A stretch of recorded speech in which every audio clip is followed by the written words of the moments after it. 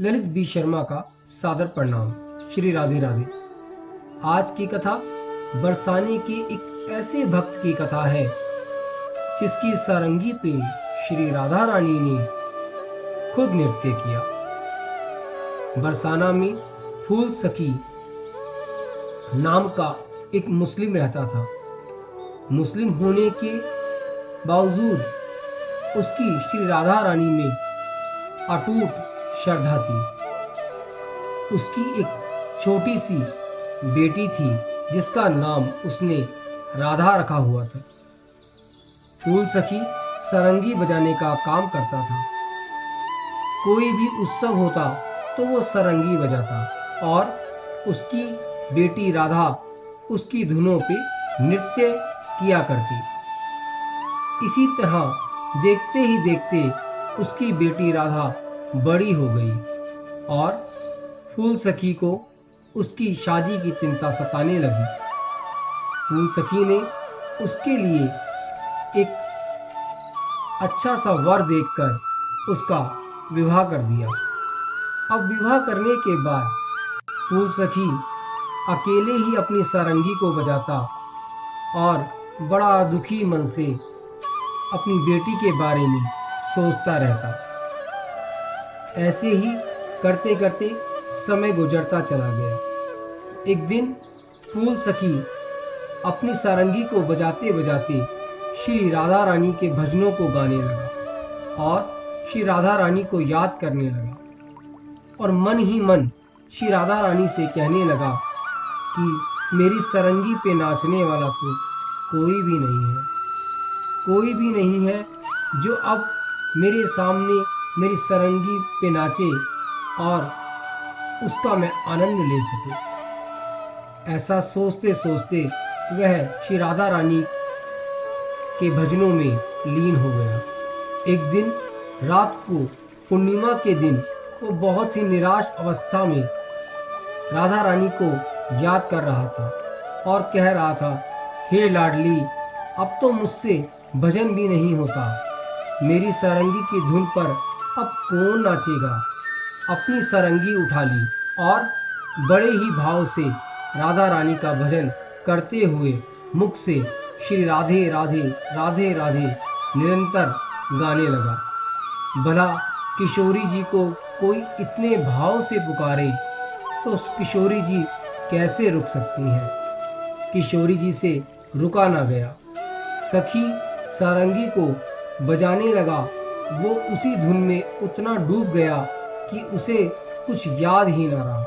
तभी लाडली जी के महल के कपाट खुल गए और उसमें से नेत्रों को अंधा कर देने वाली अपार उजाला प्रकट हुआ और उसी उजाले में से एक छोटी सी गौर वर्ण की कन्या आई और फूल सखी की सारंगी की धुन पर नाचने लगी। फूल सारंगी अपनी सारंगी में श्री राधा रानी में इतना मदहोश हो गए कि उन्हें कुछ भी ना दिखाई दे रहा था। वो छोटी सी कन्या नाचती जा रही थी और वो अपने होश गंवाए हुए अपनी सारंगी को बजाए जा रहा था और श्री राधा रानी के भजनों को गाए जा रहा था। धीरे धीरे नाचते हुए श्री राधा रानी अपने महल की तरफ बढ़ने लगी और सारंगी बजाता हुआ सखी भी उनके पीछे पीछे चल दिया। एक एक सीढ़ी राधा रानी चढ़ रही थी और सखी भी धीरे धीरे धीरे धीरे राधा रानी के साथ उन सीढ़ियों को चढ़ रहा था। उसे कुछ मालूम ही नहीं था कि क्या हो रहा है।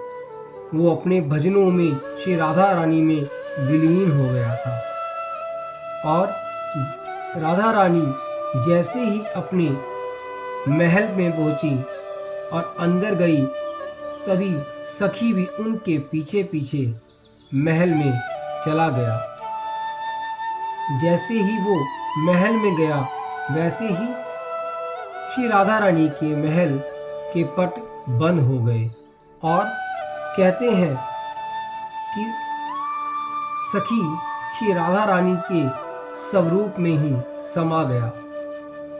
कभी वो दोबारे उस महल से बाहर नहीं आया। एक समय की बात है कि संत बरसाने की परिक्रमा कर रहे थे। एक दिन वह फूल सखी उन्हें दिखाई दिए। उन्होंने पूछा तो फूल सखी बोले, बाबा, मैं अब इस संसार के काम नहीं करता हूँ। मुझे तो किशोरी जी ने अपनी कृपा से अपने परिवार में शामिल कर लिया है। वह झाड़ियों की तरफ बढ़ गया और कहीं चला गया। फिर वह कभी भी किसी को कहीं भी नजर नहीं आया।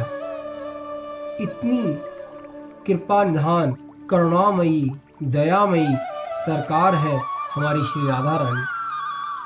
उन्हें कोई अपने सच्चे भाव से यदि याद करे तो वो पल भर के लिए भी अपनी ऐसी करुणामयी दयामयी सरकार श्री राधा रानी का नाम सिमरण करने से कृष्ण मिलते हैं। और वो इतनी करुणामयी सरकार है कि यदि कोई अपने भाव से श्री राधा रानी को मन से पुकारे तो वो करुणामयी सरकार साक्षात दर्शन देती है।